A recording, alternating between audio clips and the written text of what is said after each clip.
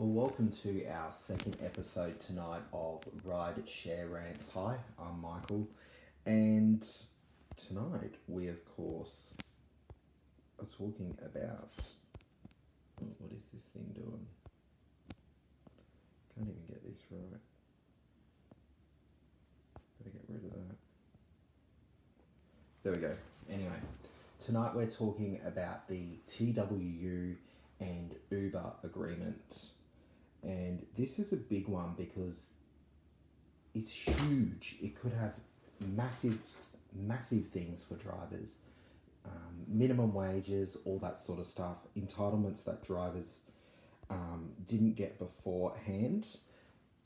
Oh, I did that again, didn't I? And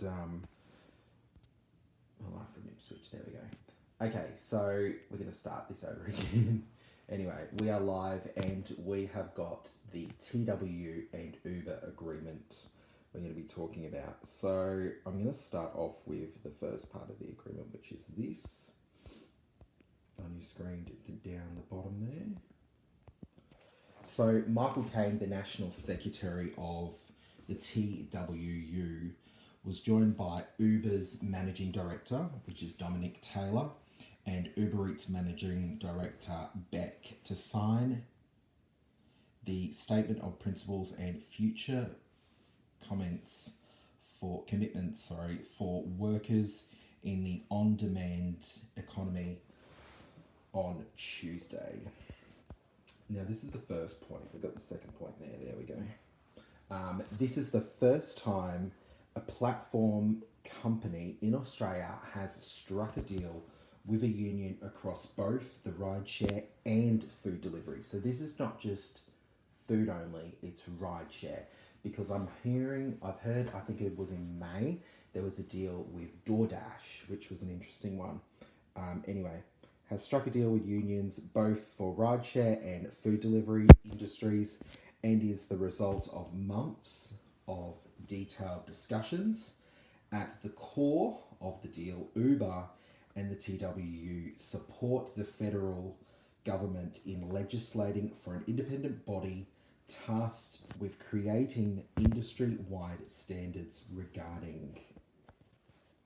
Now, these are the four standards. I'm gonna get rid of that. There we go. There's your four standards. And at number one, you've got the minimum and the transparent enforceable earnings and benefits / conditions for platform workers based on the principle of cost recovery, taking into account the nature of the work. Number two, at a cost effective and efficient mechanism to resolve disputes such as deactivation of relevant platform worker accounts. Any dispute resolution must be fit for purpose for the platform work. At number three, you've got the rights of platform workers to join and be represented by a relevant registered organisation are respected, and that the platform workers have an effective collective voice, which is one of the big ones that a lot of drivers want. Appropriate enforcement exists to meet these standards. Now, the agreement also outlines a commitment to hold further discussions to implement the agreed principles, and reach a set of industry standards across both the rideshare and delivery industries. The charter follows a understanding signed in February by Uber and the International Transport Workers Federation, ITF, of which the TWU is an affiliate, agreeing to begin a social dialogue on working conditions for drivers and couriers globally. The National Secretary of the TWU, Mike Caine, the principles we signed today, which was a couple of days ago, are a significant and positive development in the 3 years campaign led by gig workers to modernise out-of-date industry laws. For too long, the balancing of flexibility and the enforcement of strong workplace rights and protections has been a zero-sum game.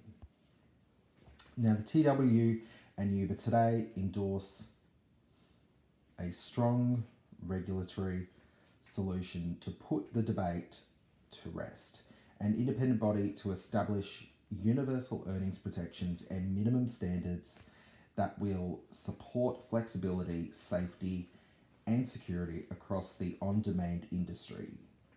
These principles, endorsed by our gig worker commit, set a path towards a gig economy that's safer, more sustainable, and less volatile for all industry participants. We welcome Uber's constructive cooperation and look forward to continued negotiations to deliver and reforms workers desperately need. Today's agreement sends a strong signal to the newly minted federal government that it must act to deliver gig companies regulatory certainty and extend appropriate safeguards to workers across the gig economy. Now, this is a word from the General Manager, Dom Taylor. He's General Manager of Australia and New Zealand. He pretty much has run Uber for the last 4 to 5 years, I think, taking over Susan Anderson, which was the original head of Uber in Australia. While Uber and TWU may not seem like obvious allies, we're always agreed that driver and delivery partners must come first. And today we struck this important deal to improve workers' protections.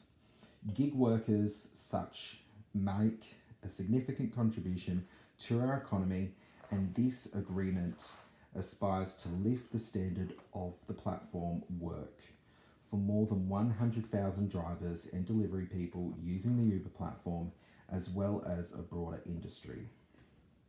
We want to set a level playing field for the industry and preserve the flexibility that gig workers value most. It is critical that earners continue to be a part of the regulatory conversation and that their collective voice is heard. We are pleased to be working collectively with the TWU and federal government and those in the industry to create a framework which recognises the unique nature of independent work and lays the foundation for the future of gig economy. Now, this was from Beck. She is the General Manager of Uber Eats. The food delivery industry has grown rapidly over the past few years due to COVID, and it is important that we create industry-wide standards for all earners, regardless of what platform they choose to work on. Platform workers play an important role in our communities, especially over the last few years, that helped to keep restaurants going through the lockdowns and ensure people could get the food and essentials they needed. Now, we are pleased that that this framework recognises platform workers as an important and unique flexible earnings opportunity. We want to see these opportunities continue to grow and at the same time to raise the bar for platform work. We are always looking at ways we can improve the earnings experience on Uber, and this agreement with the TWU will help us ensure platform workers can enjoy the flexibility to earn, underpinned by greater benefits and protections, which is an interesting one. Anyway, that's pretty much what it is. It's the TWU agreement Now, what are your thoughts? Add to the comments on my page and subscribe for more details. So this agreement is a pretty landmark decision, but I don't really see much in it, because when they go and they talk about minimum earnings, now what a minimum earnings now, is that after expenses or before expenses? Like, my expenses could be higher than someone else. I drive a $70,000 car versus someone who might drive a Prius, which is $30,000. I'm not sure how much a friggin' Prius is anyway, but they're a shit car. I don't like them. That's another story. Yeah, so anyway, what are your thoughts? I think this agreement is a bit odd. I don't know about it. I'm